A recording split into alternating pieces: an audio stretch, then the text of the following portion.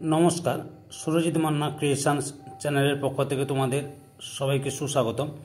আশা করি তোমরা সকলে ভালো এবং সুস্থ আছো।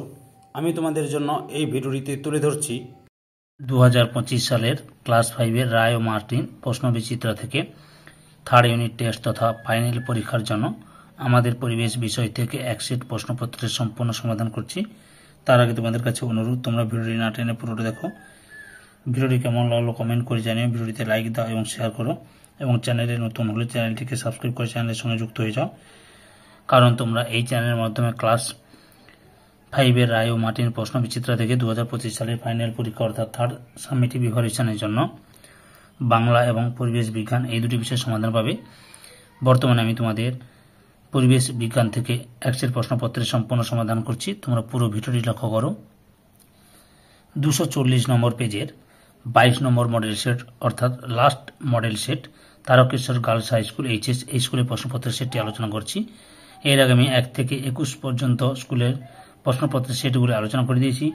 তোমরা ওই ভিডিওগুলো দেখতে চাইলে আমার চ্যানেলের প্লে লিস্টে গিয়ে দেখে নাও, নাহলে এই ভিডিও ডিসক্রিপশানে তার লিঙ্ক দেওয়া আছে, ওখানে ক্লিক করেও দেখে নিতে পারো।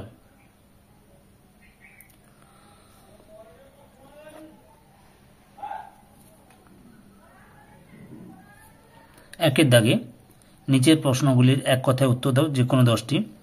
1.1 রয়েছে কোন গাছের ছাল থেকে মশলা পাওয়া যায়? দারুচিনি।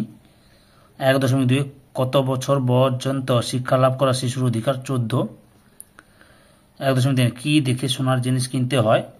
হলমার্ক। 1.4 হিমালয়ের পাদদেশের নিচু জমিকে কি বলে? তরাই। 1.5 হিমালয়ের পাদদেশে 1.5 ট্রাম কোন শক্তির সাহায্যে চলে? বিদ্যুৎ।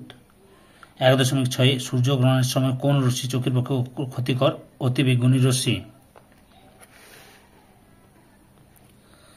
1.7 কোথাকার মোরব্বা বিখ্যাত? সিউড়ির মোরব্বা বিখ্যাত। 1.8 সাধারণতন্ত্র মানে কি? সাধারণতন্ত্র মানে সাধারণ মানুষই দেশ চালাবে। 1.9 কোন তিথিতে চন্দ্রগ্রহণ দেখা যায়? পূর্ণিমা তিথিতে। 1.10 কোন পশুর চামড়াকে বর্ম বলা হয়? গন্ডারের। 1.11 পুকুরের জল পরিষ্কার রাখার জন্য কি ব্যবহার করা হয়? ব্লিচিং পাউডার অথবা পটাশিয়াম পারম্যাঙ্গানেট লিখতে পারো, ক্লোরিন লিখতে পারো। 1.12 দুটি অর্থকরী পোকার নাম লিখো। মৌমাছি ও প্রজাপতি। 2 দাগে লক্ষ্য করো, শূন্যস্থান পূরণ করো। 2.1 নৌকা কোন দিকে যাবে তা ঠিক করবে ড্যাশ হাল। 2.2 মেয়েদের ড্যাশ বছরের নিচে বিয়ে দেওয়া উচিত নয়? 18। 2.3 ড্যাশ বরাবর রাস্তা পার হও, জেব্রা ক্রসিং বরাবর রাস্তা পার হও। 2.4 বড় গির্জাকে বলে ড্যাশ ক্যাথিড্রাল। 2.5 সুমেকার লেভি হলো একটি ড্যাশ এর নাম? ধূমকেতুর নাম।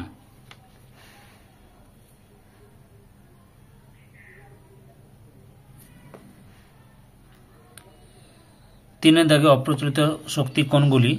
কেন তাদের অপ্রচলিত বলা হয়? কিভাবে তারা প্রচলিত হবে আলোচনা করো। এই প্রশ্নের উত্তরটি লক্ষ্য করো। এই যে অপ্রচলিত শক্তির নাম: সৌরশক্তি, বায়ুশক্তি, জৈব শক্তি, অনেকগুলো দিয়েছে। এখানে তোমাদের 1, 2, 3, 4টা এখানে 4টা নাম লিখবে, অর্থাৎ সৌরশক্তি, বায়ুশক্তি, জৈব শক্তি, জলবাটা শক্তি, এই 4টা নাম লিখলে, অথবা এই উপরে 2টো না লিখলে যে কোনো 4টা নাম লিখবে। লিখে এই যে কেন প্রচলিত হচ্ছে, এই কেন প্রচলিত বলা হচ্ছে, আর কিভাবে তারা প্রচলিত হবে মনে হয়, এই যে ছকটা ভালো করে তুলে ধরবে। বুঝতে পেরেছ? 4 দাগে সঠিক উত্তরটি নিচে দাগ দাও।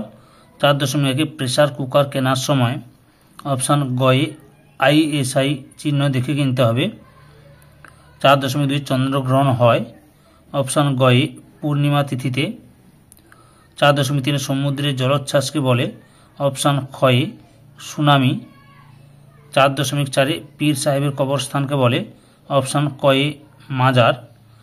4.5 ভারতের একজন মহিলা রাষ্ট্রপতির নাম হলো অপশান খয়ে প্রতিভা পাতিল। 4.6 পশ্চিমবঙ্গের সবচেয়ে উঁচু পর্বত সিংহ সান্দাকফু, তার উচ্চতা অপশান খয়ে 6330 মিটার। 4.7 একটি লুপ্তপ্রায় মাছ হলো অপশান খয়ে ন্যাদোস। 4.8 সুনিতা মাহাতো অপশান কয়ে বাল্যবিবাহ বিরুদ্ধে প্রতিবাদের জন্য রাষ্ট্রপতি ভবনের সংবর্ধনা পান। 5 দাগে লক্ষ্য করো, নিচের যে কোনো দুটি প্রশ্নের উত্তর দাও। 5.1 পরিষেবা ও উপভোক্তা বলতে কি বোঝায়? উত্তরটি লক্ষ্য করো, এখান থেকে শুরু করে এতটা পর্যন্ত লিখবে। 5.2 ভরা কোটাল ও মরা কোটাল কাকে বলে? প্রথমে ভরা কোটাল কাকে বলে দেখাচ্ছি, লক্ষ্য করো, এখান থেকে এতটা পর্যন্ত লিখবে ভরা কোটাল কাকে বলে। এভাবে মরা কোটাল কাকে বলে লক্ষ্য করো, এখান থেকে শুরু করে এতটা পর্যন্ত লিখবে। পরের প্রশ্ন 5.3 আবহাওয়ার পূর্বাভাস কাকে বলে? উত্তরটি লক্ষ্য করো, কোনো স্থানের আবহাওয়া সংক্রান্ত বিভিন্ন অবস্থা যেমন ঝড় বৃষ্টি, ঠান্ডা গরম, আবহাওয়ার গতিবেগ, বায়ুর চাপ, আর্দ্রতা প্রভৃতি সম্পর্কে আগাম তথ্য সরবরাহকে আবহাওয়ার পূর্বাভাস বলে। 6 দাগে বাম স্তম্ভের সঙ্গে ডান স্তম্ভ মেলাও। তরল সোনা, পেট্রোলিয়াম, ডাইনোসর, বর্তমানে বিলুপ্ত প্রাণী, ছাল, মশলা, পাতা, থালা, জেনারেটর, ডিজেল, মোটর গাড়ি, বায়ু দূষণ। 7 দাগে পৃথিবী ও চাঁদের কক্ষপথের ছবিটি আঁকো এবং সংক্ষেপে আলোচনা করো। পৃথিবীর কক্ষপথ, এটা হচ্ছে পৃথিবীর কক্ষপথ, আর এটা হচ্ছে চাঁদের কক্ষপথ। এই ছবিটা আঁকবে, তার সঙ্গে একটু লিখবে, বলে দিচ্ছি কী লিখবে। এই যে লক্ষ্য করো, যে নির্দিষ্ট উপবৃত্তাকার পথ ধরে পৃথিবী সূর্যের চারিদিকে প্রদক্ষিণ করে তাকে পৃথিবীর কক্ষপথ বলে। বৈশিষ্ট্য, পৃথিবীর উপবৃত্তাকার কক্ষপথের পরিধি প্রায় 96 কোটি কিলোমিটার। সূর্য পৃথিবীর কক্ষপথের একটি নাভিতে অবস্থিত। চাঁদের কক্ষপথ কাকে বলে? যে উপবৃত্তাকার পথ ধরে চাঁদ পৃথিবীর চারিদিকে ঘুরতে থাকে তাকে চাঁদের কক্ষপথ বলে।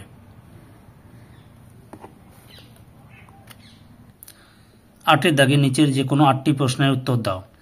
8.1 দাঁড়িয়ে ঘুমোয় কোন প্রাণী? ঘোড়া। 8.2 বৃহত্তম স্তন্যপায়ী প্রাণী কি? নীল তিমি। 8.3 বিড়াল গোষ্ঠীর বৃহত্তম প্রাণী কি? বাঘ। 8.4 কোন পাখির ডানা নেই? পেঙ্গুইন। 8.5 কোন কোন পাখি উঠতে পারে না? উট পাখি। 8.6 একটি পূর্ণবয়স্ক প্রাণীর ওজন কত? এটা হচ্ছে পূর্ণবয়স্ক প্রাণী, কোনো একটা নির্দিষ্ট প্রাণীর নাম নেই, তাই বিভিন্ন পূর্ণবয়স্ক প্রাণীর ওজন বিভিন্ন ধরনের, বুঝতে পেরেছ? 8.7 কোন মাছের লেজ দিয়ে চাবুক তৈরি হয়? শঙ্কর মাছের। 8.8 দীর্ঘতম ঘাসটির নাম কি? এলিফ্যান্ট গ্রাস। 8.9 কোন গাছ পোকামাকড় খায়? কলসপত্রী সূর্য শিশির। কোথায় শ্বেতহস্তি পাওয়া যায়? থাইল্যান্ডে শ্বেতহস্তি পাওয়া যায়।